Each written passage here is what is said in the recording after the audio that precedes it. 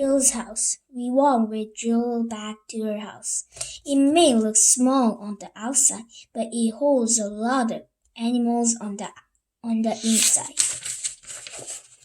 There are two dogs, a goat, 3 horses, 4 goldfish, 1 cow, 2 guinea pigs, 1 camel, 1 donkey, 13 flying cats,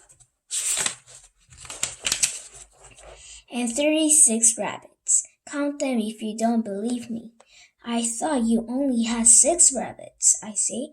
I did, says Jill, but you know what rabbits are like. Yeah, says Terry dreamily. They're soft and cuddly, and they bring you chocolate eggs at Easter. That's not quite what I mean, said Jill. Terry frowned. What do you mean? I tell you about rabbits later, Terry, I say. Cool, says Terry. Where do we sleep, Jill? You and Andy will be sleeping in here, she says, taking us into a bedroom just off the living room. Wow, says Terry, the bed is huge. And where do all animals sleep? I say. Jill is talking, but it's hard to hear her over the noise coming from the living room. Bash, bite, chomp. Excuse me, she says. I better go and see what's wrong. She goes back into the living room. Terry and I watch through the door. What's going on here, says Jill. And the animal all freeze. One of the horses raised its front leg. Yes, Curly, says Jill. Nee, says Curly. Nee. A butterfly? Says Jill, translating. A butterfly flew in through the window while you were playing cards with Larry and Mo. Larry looked at the butterfly, and while he was distracted, you saw Mo pick at the cards. So you told Larry and Larry got cross and kicked Mo off his chair, and Mo landed on Pat, who was reading to Bill and Phil, and Pat had jerked up, flipping Bill and Phil into the air, and Bill landed on the bench and knocked the goldfish bowl, which fell onto the fluffy's head, from making her look like an alien, which scared Lumpy and Lilka, and they barked so loudly they frightened Pink and Mr. Hee-Haw, and they stamped and crashed head on into one, and then crash fell into the rabbit's wooden block tower, which made the block go all over the floor. Full stop. The end.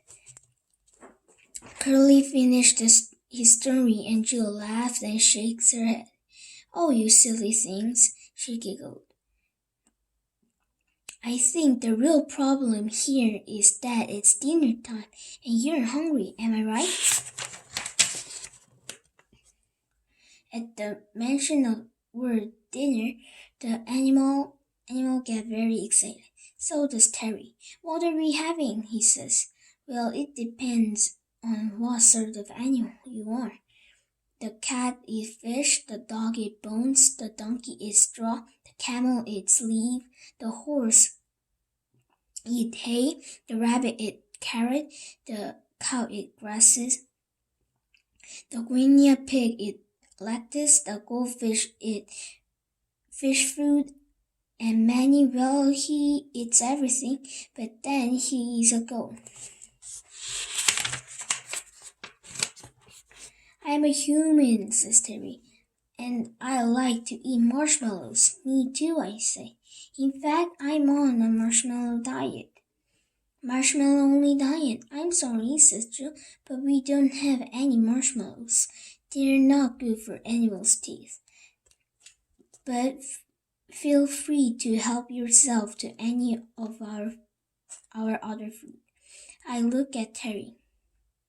He looked at mine. We may not be able to understand animal like Jill can, but we can understand each other. And what we're both thinking is I don't like any of those food, especially not grasses. Mind you, in the end, it doesn't really matter because only Jill banged the dinner gong. We can't even get near the table. The food is gone about 13 seconds flat.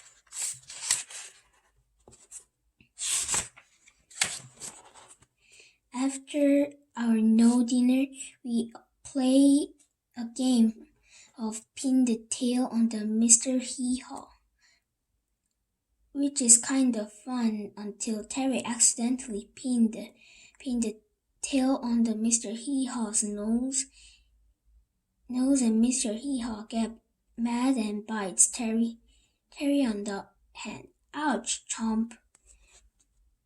Luckily, Jill has the rabbit well trained in first aid, especially in how to treat donkey bites. I guess they must get a lot of practice around here. After Jill has read us and all the animals a bedtime story, Terry and I say good night and go to bed. Oh well, sighs Terry as we turn out the light. I'm a little bit hungry and my hands is sore, but at least the bed is nice and big. And it is too, but then the door opened and the animal piled into bed with us. Hey, get out of here, says Terry. Go and sleep in your own bed. But the animal take no notice of him. I think this is their bed, I say. That's what Jill was telling us earlier. I couldn't hear her properly.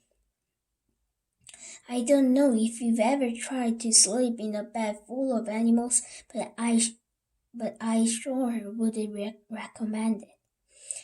The horse have a galloping grooms.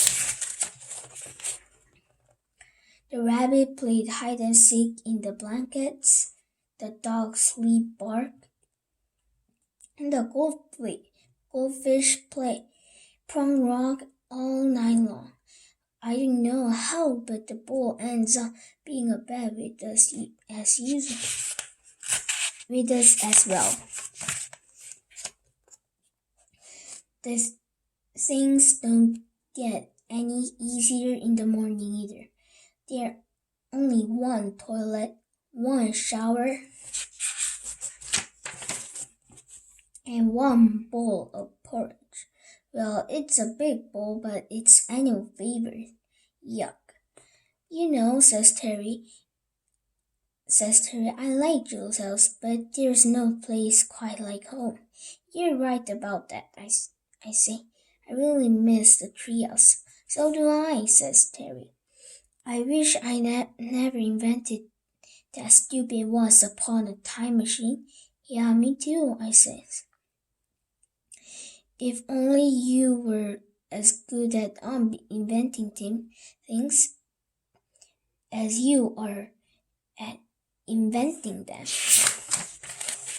Oh, you mean like Professor Stupido? Says Terry. Who? Professor Stupido, a famous inventor, says Terry. Ha ha, I say, very funny. I'm not trying to be funny, he says. There really is an inventor called a Professor Stupido. But that's crazy, I say. You can uninvent things. Oh yeah? Says Terry. Well, what about frogpotamuses?